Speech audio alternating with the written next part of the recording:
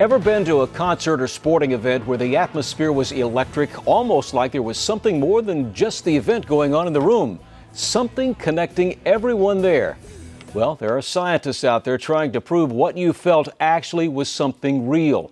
As NBC11's Garvin Thomas shows us, it's a global experiment taking place in part right here in the Bay Area.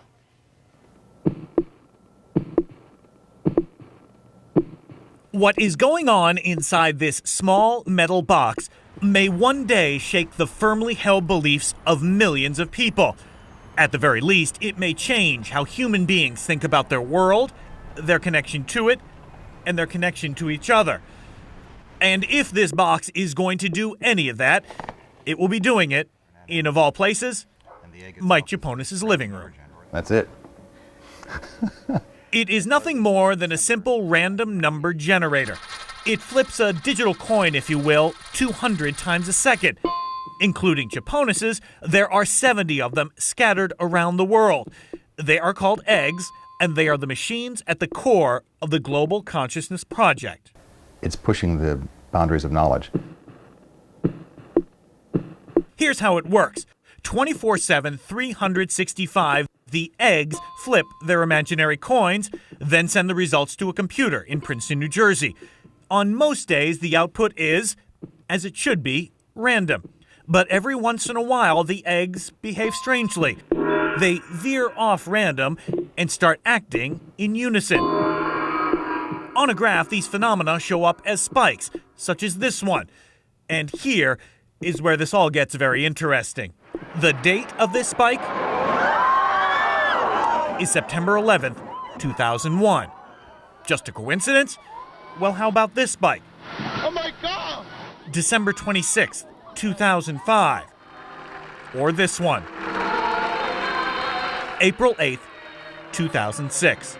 In all, dozens of world events, according to project scientists, are linked to the random number generators acting in a very unrandom-like way. It's producing a kind of orderly pattern that shouldn't be there by chance. Dean Radin is an author and scientist with the Global Consciousness Project. Working in his office in the hills of Marin County, Radin analyzes the strings of ones and zeros created by the eggs. He is more than intrigued by what he is seeing. So the tentative conclusion is that it appears as though large-scale attention in the world changes the physical environment in some way. If not mind over matter, then a mind-matter connection. At the very least, something interesting is going on. The thinking is there is something which connects all our minds, a global consciousness, if you will.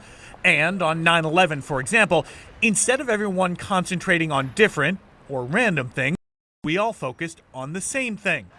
That non-random pattern in the global consciousness is then somehow registered by the eggs. You may be shaking your head at this point, but some people have theorized such things for centuries, and this may finally be their proof. I'm not in this business to try to convince anybody of anything. I'm in the business to try to understand the nature of mind and matter, essentially. I find their theories about what the data shows a little peculiar.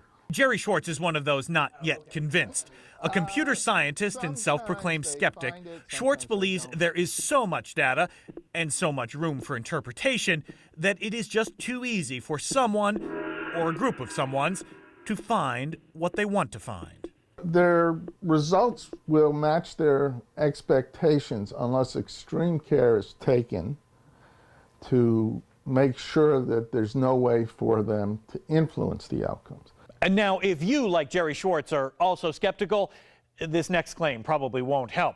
Remember the graph from September 11th? Well, the eggs didn't just spike on that day. They began spiking at 4 a.m. Eastern Time. That's more than 5 hours before the first plane hit the World Trade Center. Well, how can that happen? One way of thinking of it is that there is something physically changing in the world that the devices are reacting to. Another way is that perhaps people will respond to big events before the event unfolds. Organizers say, however, the GCP is not about predicting the future. It is about understanding ourselves and our world. Because the project is still in the early stages, they say they will need much more data and many more world-changing events before they reach any mind-changing conclusions. Garvin Thomas, NBC11 News.